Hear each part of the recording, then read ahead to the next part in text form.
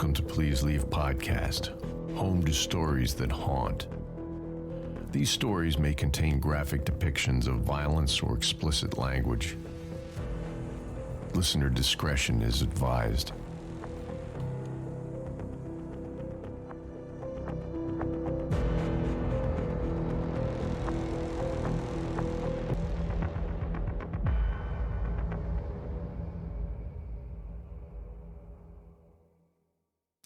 Oh, don't forget this, Cecilia called as I was halfway out the door. I turned the wobbly turn of a man trying not to drop any items out of the overly full box in his arms, and she planted a complicated-looking beauty device on the top, an unwanted flag at the summit of a mountain of rejected home goods and clothes.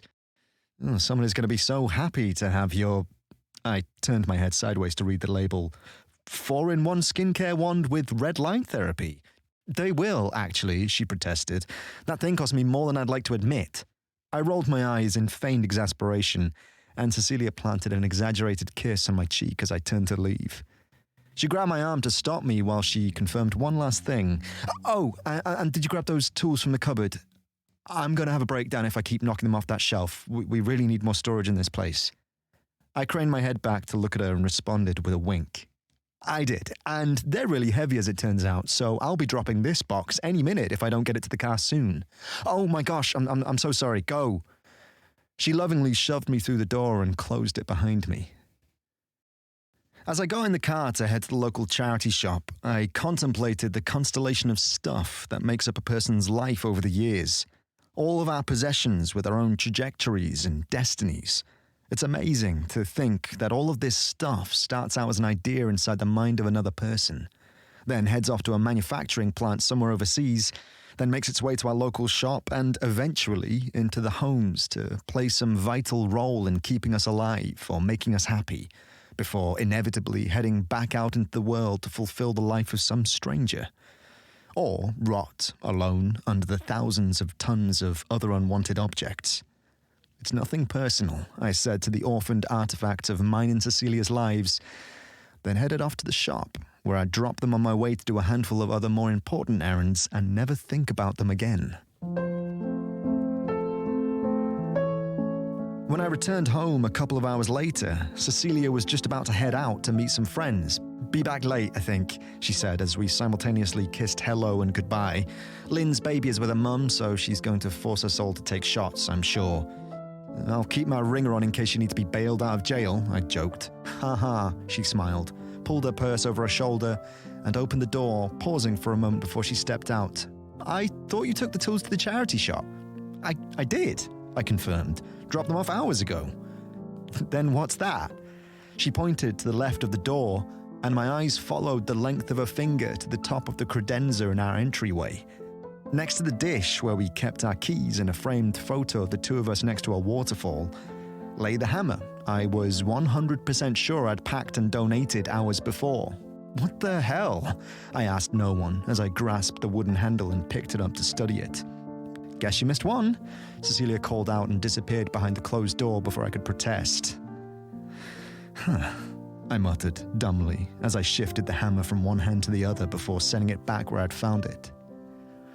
I could picture that exact hammer as I packed it next to the small ratchet set and some battered Tupperware earlier that morning. But then there it was, with the same wooden handle and gently dented head sitting next to the front door of my home. We had inherited it, along with several other tools, from my favorite Uncle John when he'd passed, and I could clearly see his initials, JC, where he'd burned them into the handle. We'd moved far enough out of the city at that point that we'd scored an apartment with a small garage, so had room to store most of the tools he'd left me. And space was still at a premium in our 1,100 square foot home, so I'd gotten rid of the tools there were duplicates of, and I was sure that hammer had been one that I'd discarded. It was very strange to see it back in the apartment, but I assumed Cecilia had taken it out to use it and then had told me where she'd left it while I was distracted, and so I'd missed it. I was visiting my friend Luke the next day and could drop it off on my way to his place. Oh well, I shrugged, walked to the fridge, and said a prayer that something surprising and delicious would be inside when I opened it. I chose some leftover pizza in lieu of the tasty surprise that had failed to appear, plopped on the couch, and completely forgot about the hammer for the rest of the night.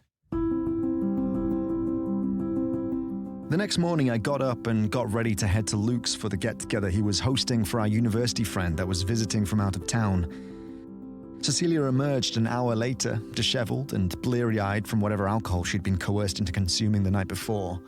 "Want to go to Luke's with me?" I joked, knowing full well that she'd spend her day nursing her hangover and watching TV.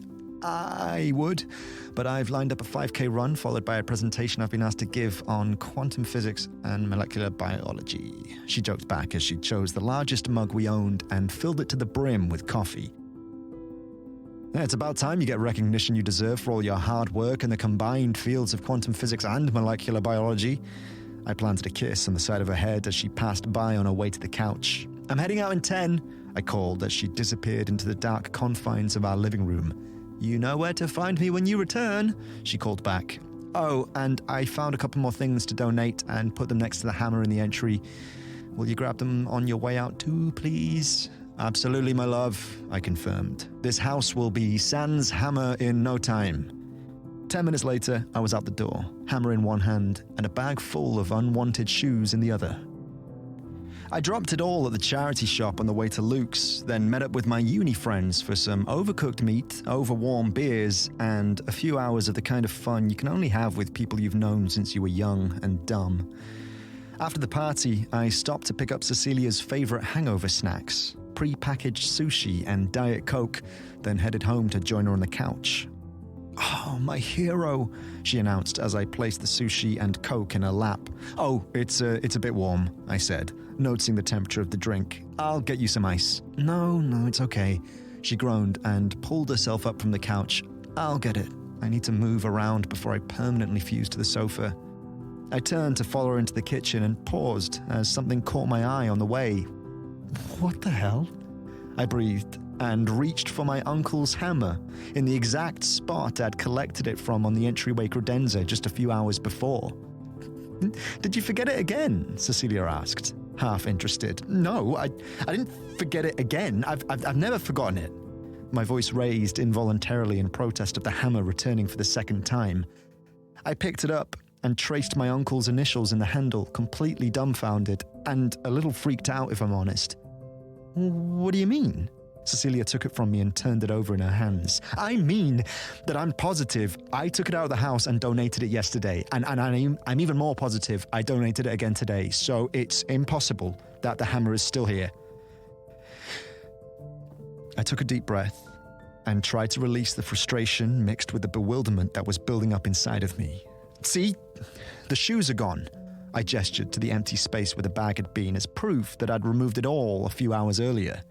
"Maybe you grabbed the shoes and just forgot about the hammer," Cecilia offered. And having either lost interest in the mystery of the hammer or being unable to resist the call of the Diet Coke any longer, turned again to go to the kitchen to get the glass of ice. "I promise you I did not forget the hammer," I insisted over the sound of the ice tray cracking. Cecilia appeared through the kitchen door and shrugged. She set a glass down on the credenza, gently took the hammer from my hands, and opened the front door. I watched as she hurried across our small front stoop, down the short flight of stairs, and crossed the parking area in front of the row of apartments. Once she was at the embankment at the edge of the property, she stopped, reeled back, and chucked the hammer over the drop-off and into the dense foliage below. She then padded back to where I was standing in the doorway, gave me a 1,000-watt smile, and said, "Problem solved." I couldn't help but laugh and wrap an arm around her shoulder to give her a squeeze as we headed into the living room. "So, how were Luke and the crew?" Cecilia asked as she sipped her now icy beverage. "Yeah, good," I sighed. "Whoa," she said, smirking. "No need to gush." I sighed again and smirked back. "Sorry, they're great. You know how great they are." I paused for a moment, trying to choose the right words to explain how I was feeling on the other side of an afternoon with some of my oldest and dearest friends. We're all at such different places in our lives, and it's just... I trailed off. "A little disorientating?" she offered. "Yeah, for sure," I agreed. Like, Devin is making so much money now I can barely relate to him at all. And Caroline is a fucking mess. "Oh no," Cecilia interjected. "She's still drinking." "It's gotten way worse," I said, nodding my head. At first I thought she'd been able to hold it together, but the more Liz talked about how well her writing was going, the more Caroline drank. "Poor thing," Cecilia said with complete sincerity. "Yeah, we all thought she'd be the famous one." I thought back to the 20-year-old Caroline I'd met in the creative writing course I'd taken on a whim. She'd been absolutely radiant back then, so self-assured and brilliant and endlessly curious. I'd never understood why she'd been so drawn to me, but having her attention felt like the sun shining on me at all times. My world had been absolutely cracked apart the first time I'd gone to her loft and she'd introduced me to orange wine and played New York Dolls records, and we'd smoked cigarettes and talked until it was time to go to breakfast the next day. I'd had a crush on her because, of course I had, but we'd always just been the best of friends, which had been more than enough for me. I shuddered to imagine sharing a life with the shaky, desperate, alcoholic version of Caroline I'd just spent the afternoon with, and my heart swelled with gratitude for my sweet Cecilia. And then, of course, I can't help but compare myself to Devin and Liz and wonder what I'm doing with my life. I grabbed a throw pillow and theatrically pressed my face into it. "Oh, you can cut that right out," Cecilia insisted and pulled the pillow from my face. "We've got an amazing life. And you've got a brilliant mind and a job that makes the world a better place. You're literally building our city." "Yeah," I agreed weakly. I'd become a civil engineer because it came so naturally to me, but I couldn't help but feel that something was missing. It's just that seeing everyone reminds me of how I thought my life would be. I was rarely that honest about how I was feeling, and it felt good to get it off my chest, so I continued. I mean, I was always the most reserved in the group, but they were all so exciting and talented, I assumed some of it would rub off on me somehow. Cecilia took my hand and nodded for me to go on. "And now Devin has his app, and Liz just sold another screenplay, and Caroline is still so glamorous that she gets invited to all the cool parties and is hanging out with celebrities and shit. Oh, and Luke started brewing beer. I thought Luke and I were the normal ones in solidarity, but even he is doing interesting things now." "Sweetie, this is all totally normal," Cecilia reassured. "No one feels content with their life at our age, and I guarantee that all of your friends feel equally unmoored." "Devin doesn't," I interjected. "Yeah, you're right. Devin couldn't be happier," Cecilia admitted, and we both took a moment to reflect on my very kind but very flashy friend and his trips to Mauritius and Ibiza and his rotating inventory of exceedingly more expensive cars. "Don't worry, my love," she said and squeezed my hand. "You'll find your thing. And in the meantime, you should be extremely proud of yourself. I am." Her eyes shone with so much sincerity that I felt instantly foolish for complaining about my life. "You're the absolute fucking best, you know it?" I leaned in and wrapped my arms around her. "Does that mean we get to keep watching Love Island?" her muffled voice asked from inside of my embrace. "Let's not get too crazy," I said, feeling more in love and more content than I had for a while, and we settled in for a night of trashy TV that we could both agree on. The next day was a typical Monday. Cecilia and I begrudgingly pulled ourselves out of bed and headed off to work. It was warm enough that I was able to ride my bike, which always puts me in a better mood, and the day flew by without incident. On the way home, I passed a new Thai restaurant with a grand opening sign out front, so I made a mental note to suggest it to Cecilia as an option for dinner later. A few streets down, I spotted her walking home from the train station, so I pulled over so we could walk the rest together. "Hey, babes," she greeted me warmly. "Oh, sorry, I'm all sweaty." I held back to keep her from hugging my soggy frame, then leaned over from the awkward distance to give her a kiss. "Oh, you know I don't care," she said as we fell into step. "Yeah, but that blouse looks expensive, and I'm so manly my sweat could vaporize it on contact, so..."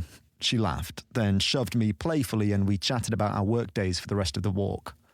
She unlocked the door as I locked up my bike, and the second I stepped inside, I saw it. "You got to be kidding me, I cried out, and Cecilia immediately responded, "What?" as she pushed past me to see what was wrong. "The hammer!" I shouted and pointed to the same spot we'd found it on the credenza the 2 days before. "No way," she said in disbelief, and reached to pick it up. "No fucking way."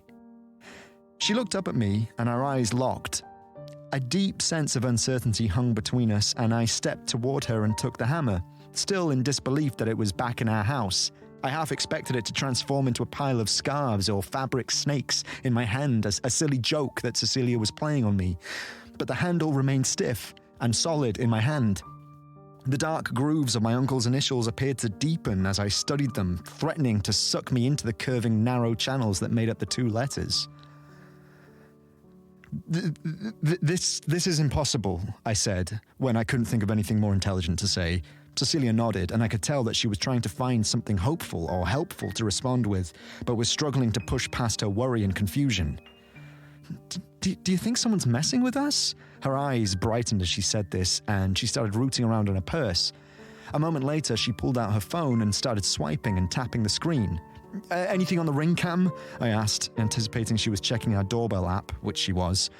I stood next to her so I could watch as she opened all of the alerts and then scrubbed through the live feed to look for someone entering or exiting our apartment to return the hammer day after day.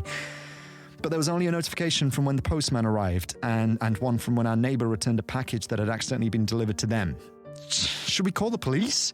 I wasn't sure what else to do, but I knew what her answer would be before I'd even finished asking the question. And say what? Someone really wants us to have this hammer? I know. I sat down at the small breakfast nook that connected the kitchen and entryway and placed the hammer in the middle of the table. But what on earth is happening?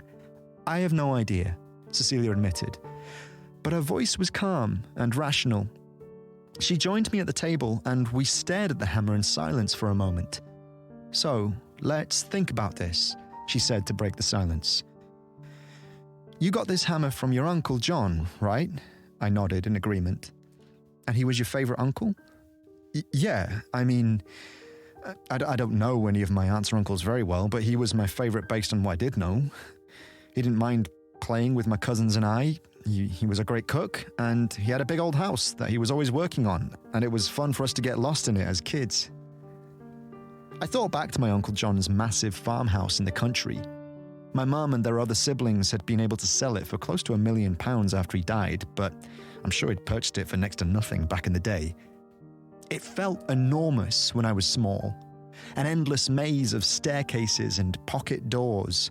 A lot of the rooms had hidden sliding panels that concealed shafts and dollies that had been built into the walls to transport laundry and food from one floor to another. The shafts were off limits to us, of course, but the rest of the house was fair game, and we'd spend hours hiding in the various closets and alcoves, constructing elaborate make-believe with antiques and other treasures he had stacked in every room. Sometimes we'd find ancient nudie magazines or medical journals full of graphic illustrations which gave us quite a thrill.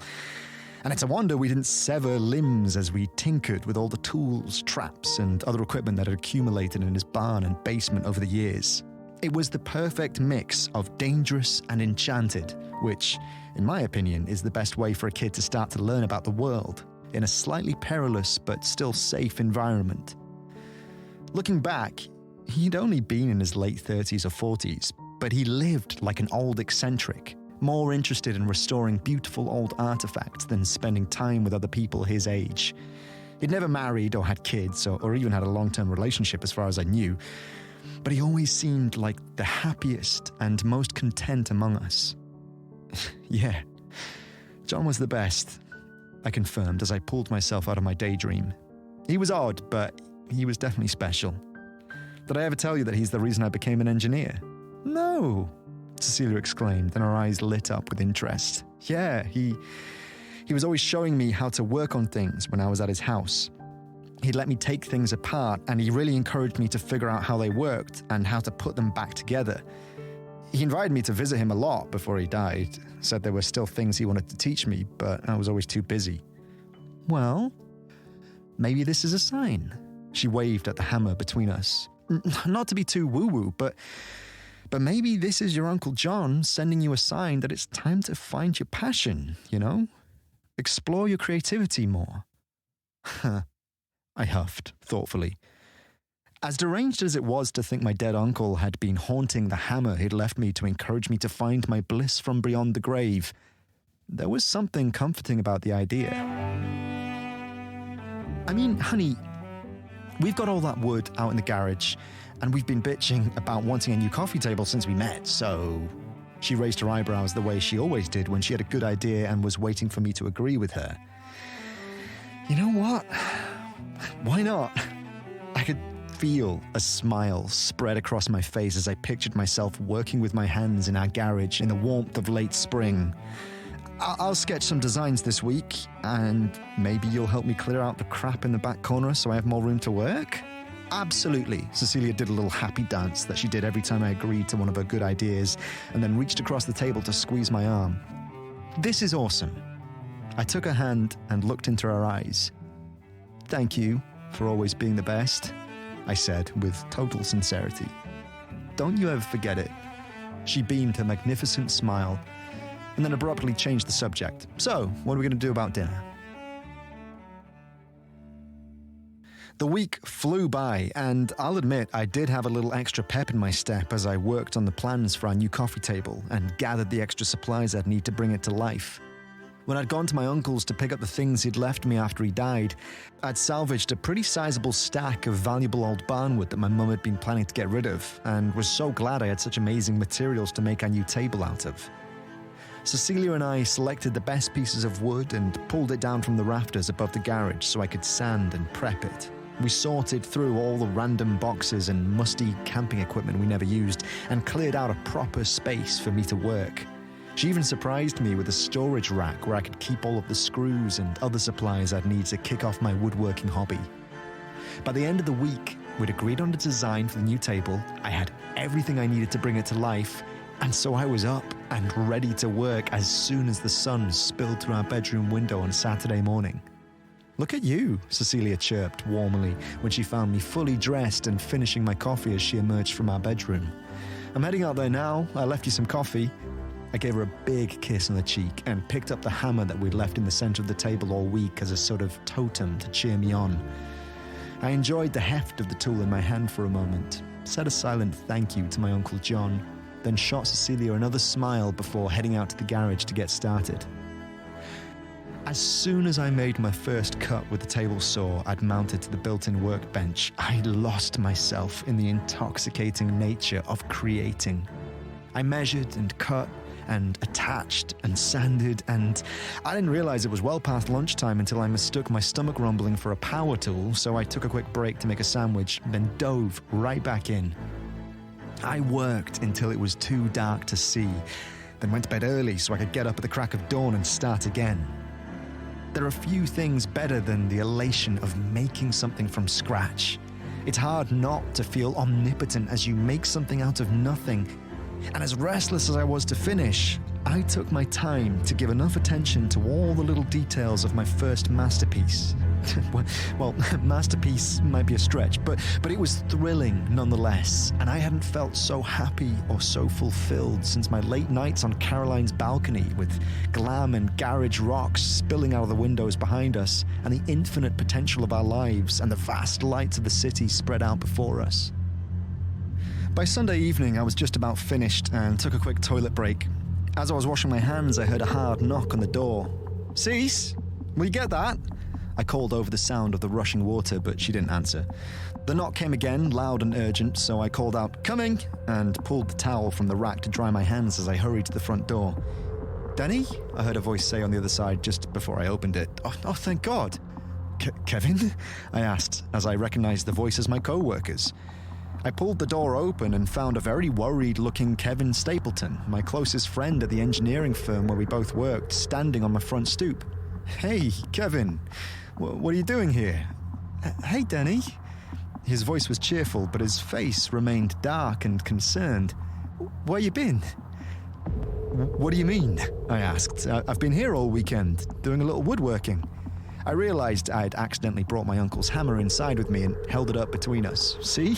I said, cheerfully. "Danny, it's Wednesday," Kevin explained hesitantly. We've been calling you since you didn't show up for work on Monday, but you haven't answered. Cecilia hasn't either. I chuckled uneasily, not comprehending what Kevin was saying. I mean, sure, I'd been a little lost in working on the coffee table over the weekend, but there was no way 5 days had passed. What are you talking about? I shook my head, suddenly annoyed that my co-worker would interrupt my day off with some kind of strange joke. Kevin reached into his pocket, pulled out his phone and held it up for me. See? He said, gently, pointing to the date. It's Wednesday, buddy. Are you feeling okay? Is Cecilia okay? I shook my head again to try and clear my thoughts and wrap my mind around what Kevin was suggesting. Yeah, I'm fine. We're fine. I've just been working on this coffee table all weekend, and I might have lost track of time a little, but there's no way. I looked at my friend for answers that I knew neither of us had, then asked him if he wanted to come in. I'll find Cecilia and we can figure out what's going on. She'll be happy to see you anyway. Sure, Kevin smiled weakly and stepped inside. As he crossed the threshold, I watched as his face transformed from gently worried to outright afraid. Danny, what is all this? His voice quivered and he took a step backward and away from whatever he was staring at in absolute horror. What's what? I asked and turned in the direction of his gaze. As I turned, I set the hammer down on the credenza by the door and could feel my face shift to match my friend's as the reason for his shock and fear became clear.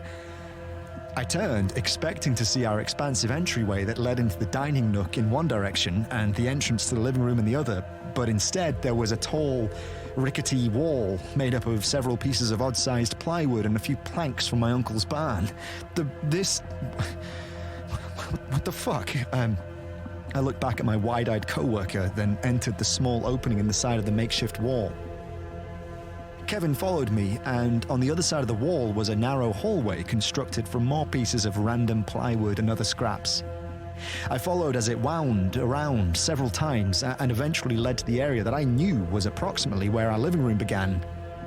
There was another small opening that Kevin and I ducked through, and the winding patchwork hallway continued. I paused to stroke one piece of wood that was the distinctive blue color of our bedroom wardrobe and another that looked a lot like the side of our TV console. The further we descended into the maze, the darker it became, and a dank and very unpleasant smell hung in the air. After a few minutes, the hall ended at the opening that had been covered by several lengths of wood and crisscrossed in a way that reminded me of someone trying to reinforce their windows in the cartoons I watched as a kid. I could see open space on the other side, so I grasped the top board and tried to pull it loose, but it wouldn't budge. Remembering my uncle's hammer in the entryway, I told Kevin to stay put and hurried back through the maze to retrieve it. Once I had the hammer, the boards came free with very little effort, and once the opening was clear, Kevin went through ahead of me. Just before I stepped through after him, Kevin let out a scream that was so savage it completely took my breath away. "What is it?" I asked as I rushed to his side. We were standing at the edge of what had once been the bedroom I'd shared with Cecilia, but it had been emptied of all of our belongings and only splintered pieces of our furniture and scraps of our clothes remained. In the center of the room was a structure that was so odd and misshapen, I wasn't sure how to begin to understand what I was looking at. It was architectural in its form, but the angles were all wrong, and while some pieces of it seemed rigid and strong, the other parts looked soft and out of place. It most closely resembled a table, but I could tell it wouldn't be able to hold anything upright with its awkward corners and lumpy surfaces. As much as I didn't want to get any closer to the thing, I couldn't help but take a step toward it to get a better look. And at the same time, a small beam of light snuck past the curtains and landed on her eyes. They were void of life and upside down, but I would know those lovely brown eyes anywhere, as they were the eyes that I'd looked into 7 years before and had immediately fallen in love. They were the eyes that had smiled at me, and corrected me, and encouraged me, and searched for me, and communicated to me A million different thoughts, a million different ways in all of the years that I had loved Cecilia. I followed the skin beneath her eyes to the unrecognizable lower half of what had been her face, and then up to her neck, which was angled to support her chest and stomach that had been stretched flat to serve as the top of the table. Her limbs and other unidentifiable parts of her had been tacked together to create the base, and I could make out bits of her hair interwoven throughout. I could hear Kevin sobbing quietly behind me. And just before the grotesque nightmare of what I was seeing could take root in my mind, I strengthened my grip around the handle of my Uncle John's hammer, swung it round and planted it square in the middle of my co-worker's tender skull.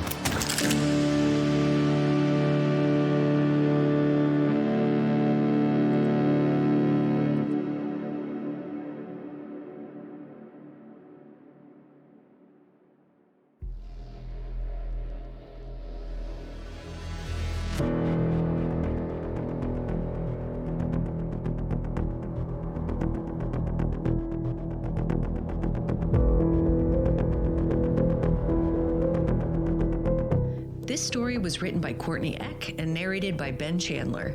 For more stories that haunt, as well as a behind-the-scenes look at what we do and why we do it, you can join our Patreon at patreon.com/PleaseLeavePod. You can follow Please Leave on Facebook and Instagram at Please Leave Pod. Our email is pleaseleavepod@gmail.com, and our website is pleaseleavepod.com. This has been a Please Leave Media production.